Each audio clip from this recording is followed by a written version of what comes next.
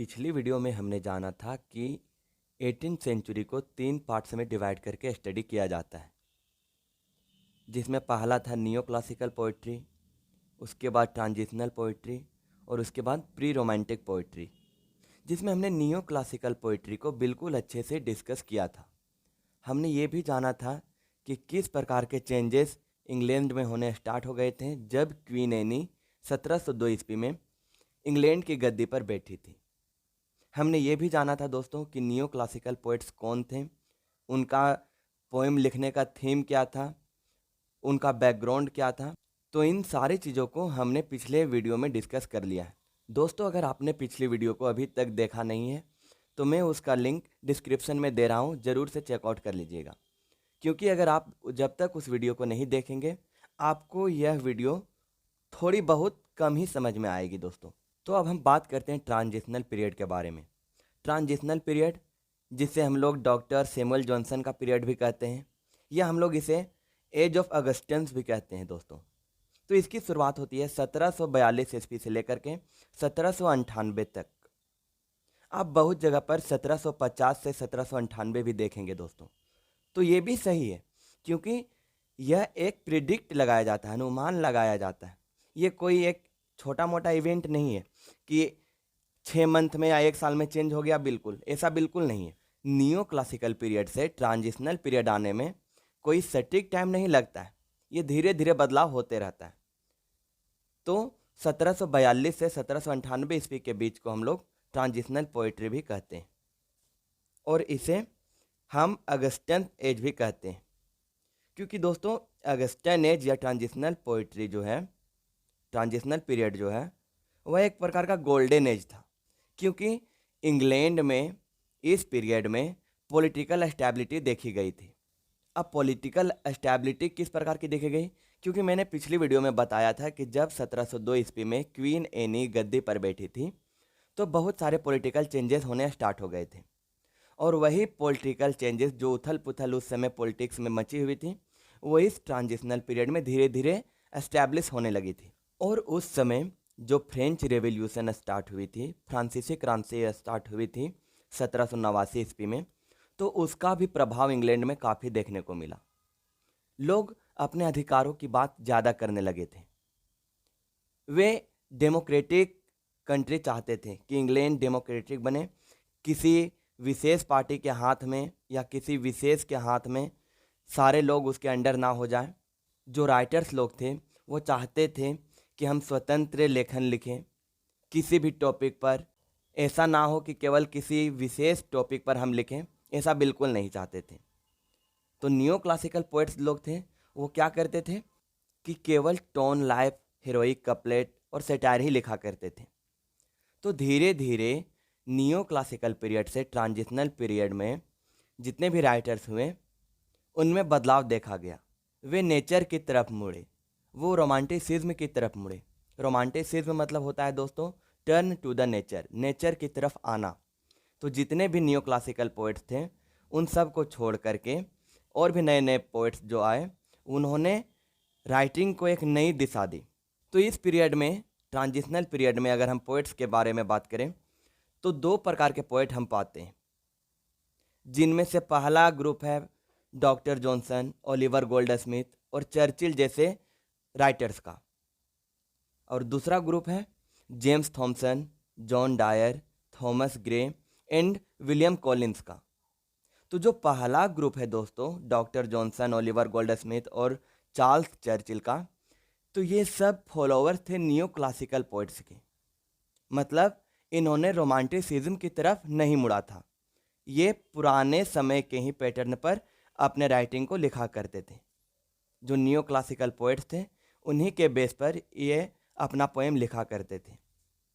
इनका लिखने का तरीका, इनका बेस और इनका बैकग्राउंड भी नियो क्लासिकल पोइट्स के जैसा ही था, यानी ये हीरोइक कपलेट ही लिखते थे और टोन लाइफ पर ही लिखते थे। अगर हम बात करें डॉक्टर सैमुअल जॉनसन के सेटायर्स के बारे में, तो उनके एक सेटायर का नाम है वेनिटी ऑफ ह्यूमन विशेष, जो कि हीरोइक कपलेट पर लिखा गया है।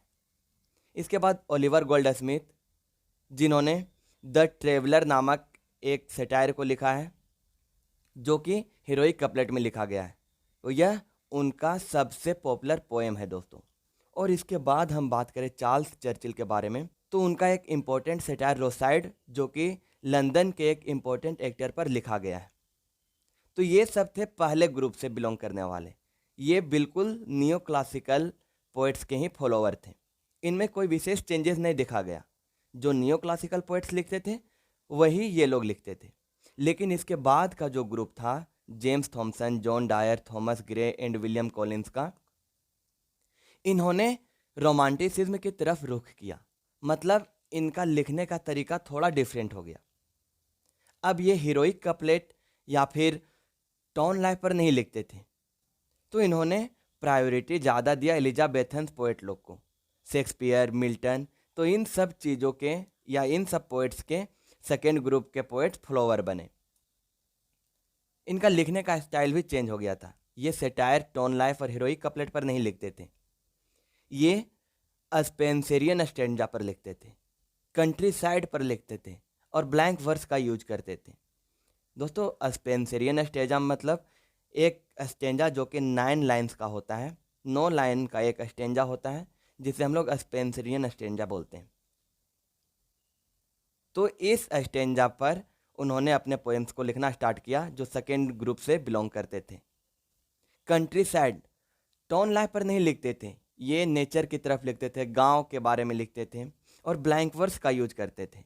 ब्लैंक वर्स मतलब दोस्तों जिन स्टेंजा का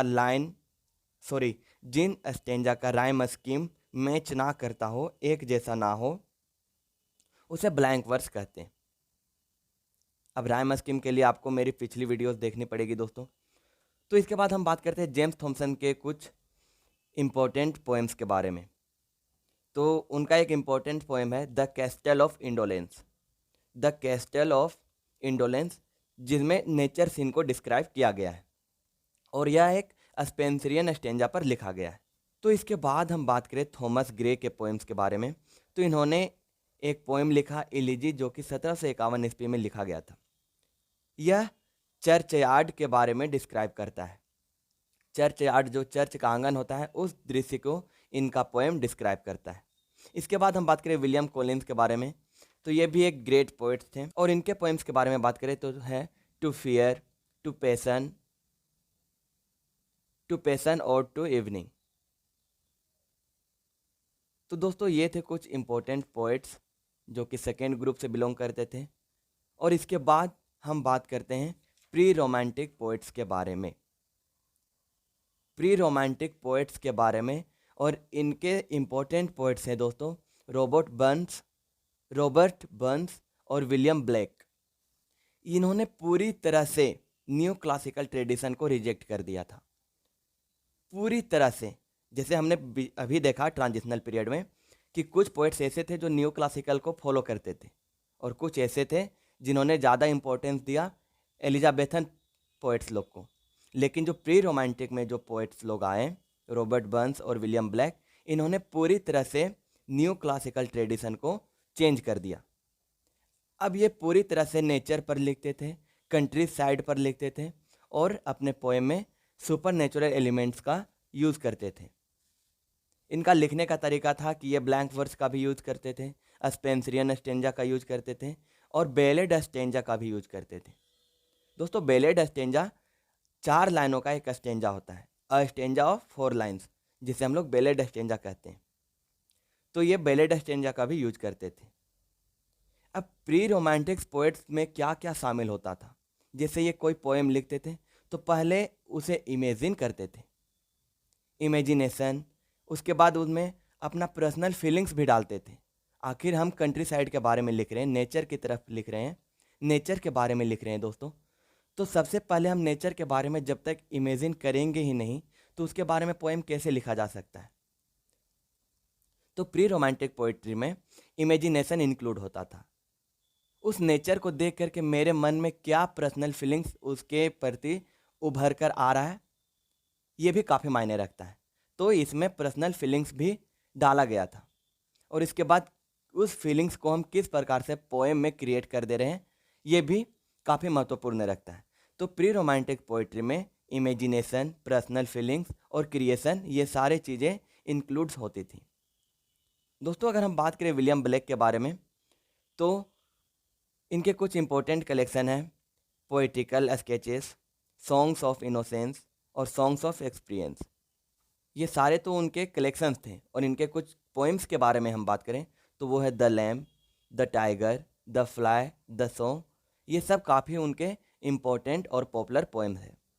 इसके बाद रॉबर्ट बर्न्स के बारे में बात करें तो वो भी इस रोमांटिसिज्म के पायनियर थे, यानी नेचर की तरफ पोएम को लाने में, पोएम को नेचर के लिए लिखने में, कंट्री साइड के लिए लिखने में इनका भी योगदान काफ़ी अहम रहा था।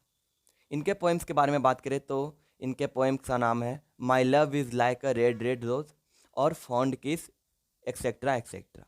दोस्तों उम्मीद है आपको यह वीडियो काफ़ी अच्छी लगी होगी और आपको पूरी तरीके से समझ में आ गया होगा। इसके पहले के वीडियो का लिंक मैं डिस्क्रिप्शन में दे रहा हूँ, उसे भी जाकर के ज़रूर चेकआउट कर लीजिएगा।